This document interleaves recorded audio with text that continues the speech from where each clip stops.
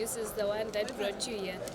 Hanzi zvii zvakakonzeresa muzouya kujeri maringe nekushandiswa kwema-drugs nema-substances anodhaka? I'll try to answer your question as a presentation. I'll try and make it short. So, I want to show myself as a survivor of drugs. I was head boy at primary school. I was head boy at senior school.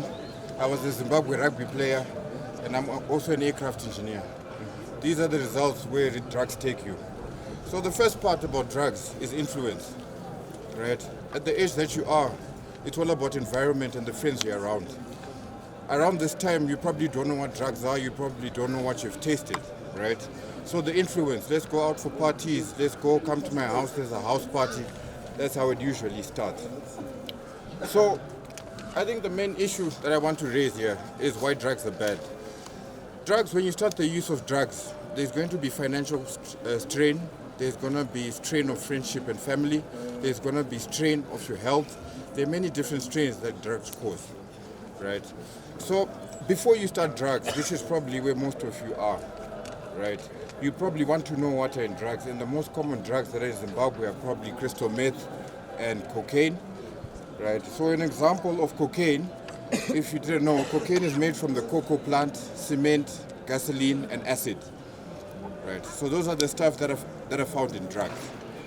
But we now want to reach a stage where you are in a position where you are now taking the drugs and you're now looking for help. When you're taking drugs, there are two types of help. There's psychiatric help and psychotherapy.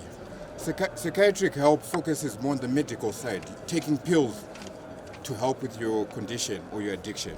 Then psychotherapy is seeking help through psychologists, right? Now psychologists are not always people who went to school for this. You can also get therapy from pastors, you can also get therapy from other adults that have experienced life and probably know about this drug.